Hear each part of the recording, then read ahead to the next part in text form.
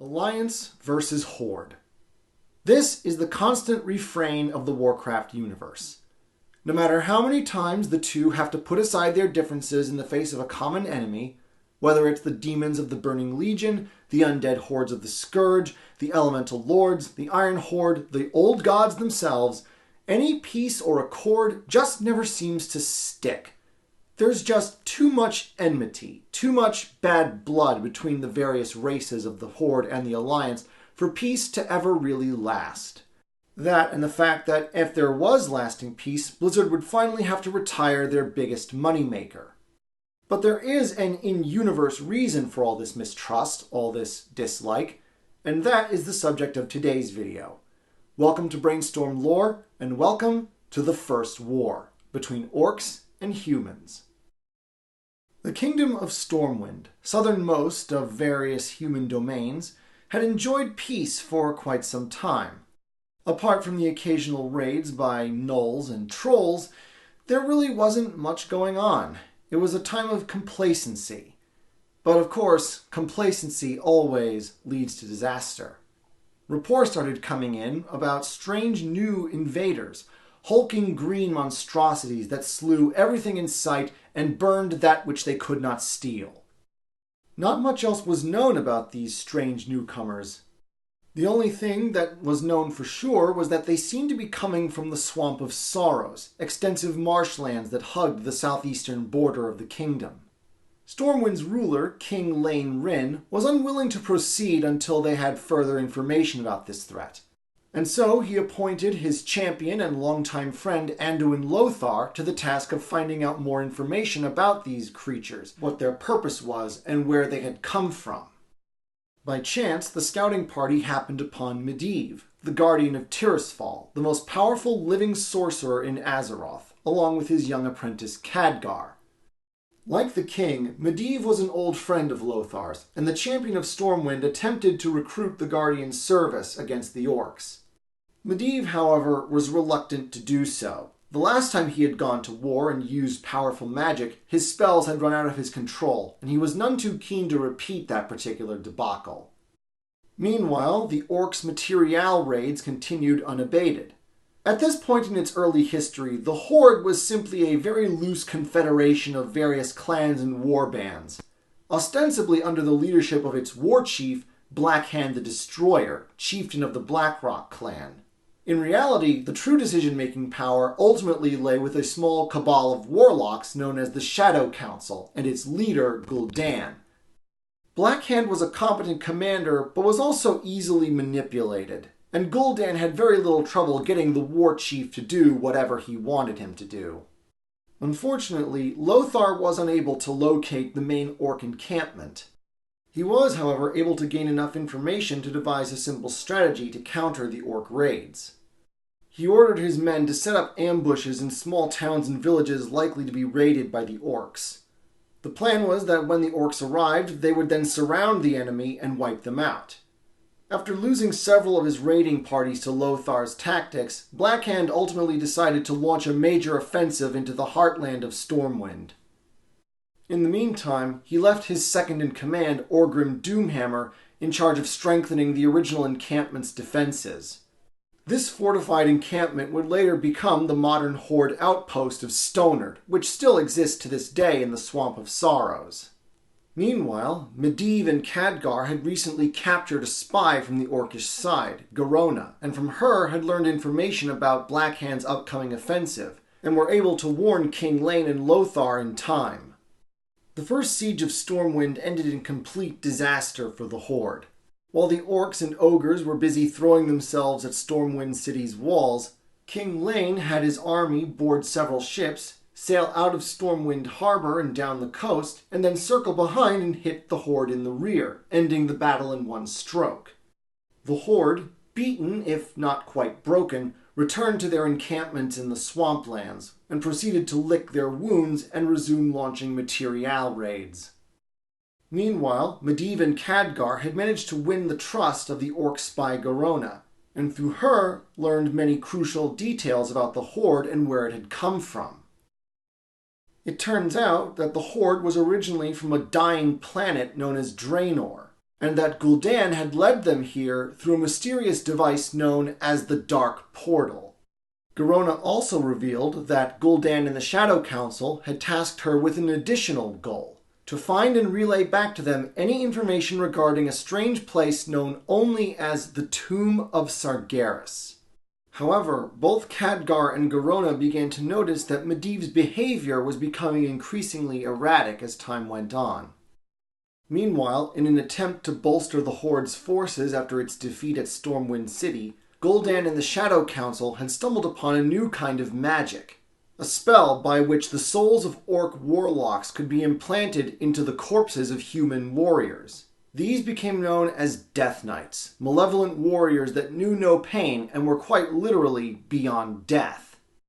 Blackhand was eager to accept the strength of these new deathless warriors, but his lieutenant, Orgrim Doomhammer, became increasingly disgusted by Gul'dan's sorcery, which he saw as dishonorable. After discovering a major human army massing on the borders of the swamplands, Orgrim led a massed attack that annihilated the army and left Stormwind open to another major assault. When news of the army's fate reached Stormwind City, a desperate King Lane ordered Lothar to go and convince Medivh to give them greater aid in the effort to defeat the orcs. However, while he was on his way, Khadgar and Garona made contact with him, having discovered a terrible truth: that Medivh had been the one that had brought the Horde to Azeroth in the first place. Years ago, the Dark Titan Sargeras had come to Azeroth and had been defeated in battle by Aegwynn, the previous guardian of Tirisfal. Unfortunately, while she had been able to slay the Titan's body, Sargeras had been able to send his spirit into her unborn child, Medivh. Furthermore, it was Sargeras' demonic servants, the Burning Legion, that had corrupted the orcs, turning most of them into blood-crazed monsters. Fully possessed by Sargeras, Medivh had been the one to contact Gul'dan and convince him to build the Dark Portal through which the orcs could come to Azeroth. Once Stormwind was destroyed, Sargeras would direct the orcs to the tomb where Aegwynn had hidden his body long ago. She had warded the tomb so that neither human nor demon could enter and live. But of course, the orcs would be able to do just that. Once body and soul were united once more, Sargeras would summon his demons to invade Azeroth and destroy it as he had destroyed so many other worlds before it. The trio made all haste to the Tower of Karazhan and confronted the possessed Medivh. The battle was long and desperate. At one point, Medivh cast a spell that sucked nearly all of Khadgar's life force and magical power, leaving him with the body of a withered old man. But at last, Lothar slew his former friend.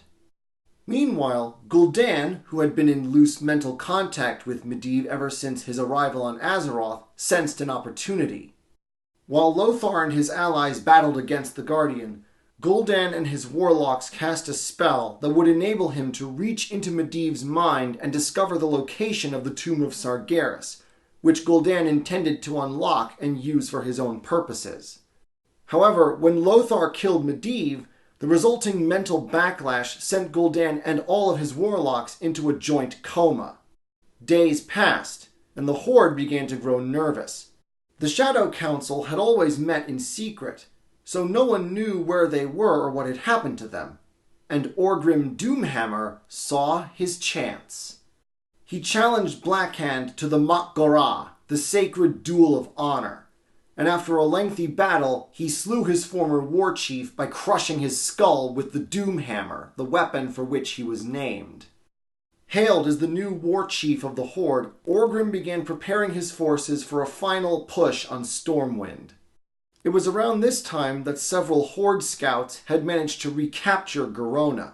She had been sent by Lothar to inform King Lane of what had happened to Medivh at Karazhan.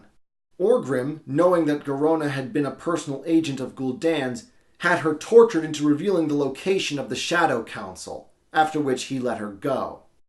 Orgrim then found the comatose warlocks and began killing them one by one with his Doomhammer while they slept. At last, only Gul'dan remained, and as Orgrim raised the Doomhammer for one final blow, the warlock regained consciousness. Seeing the corpses of his dead followers, Gul'dan realized the game was up and threw himself at the mercy of his new warchief, pleading for his life and insisting that Orgrim would still need his magic in order to win the war. Begrudgingly, Orgrim agreed to spare Gul'dan, but made it very clear that from this point on, the warlock was to be his servant, not the other way around. Despite being waylaid by Doomhammer, Garona was able to reach Stormwind City in time and warn King Lane of the upcoming assault. But by this point, the Horde had been further swelled by reinforcements from the Dark Portal, and now they outnumbered the humans more than ever. Still, the defenders held out strong. As the battle dragged on, a frustrated Doomhammer turned to Gul'dan and demanded that he do his part to ensure victory. Gul'dan, having sensed Garona's presence within Stormwind Keep, complied. Using his magic, he was able to control Garona's mind and force her to assassinate King Lane. And that did the trick. As word of the king's death spread, the defenders became demoralized and the orcs succeeded in storming the city. Led by Lothar, the remaining defenders and civilians scrambled aboard the ships of the royal fleet and set sail for the north. Behind them, Stormwind City went up in a blaze of flame as the orcs set the capital to the torch in celebration of their victory.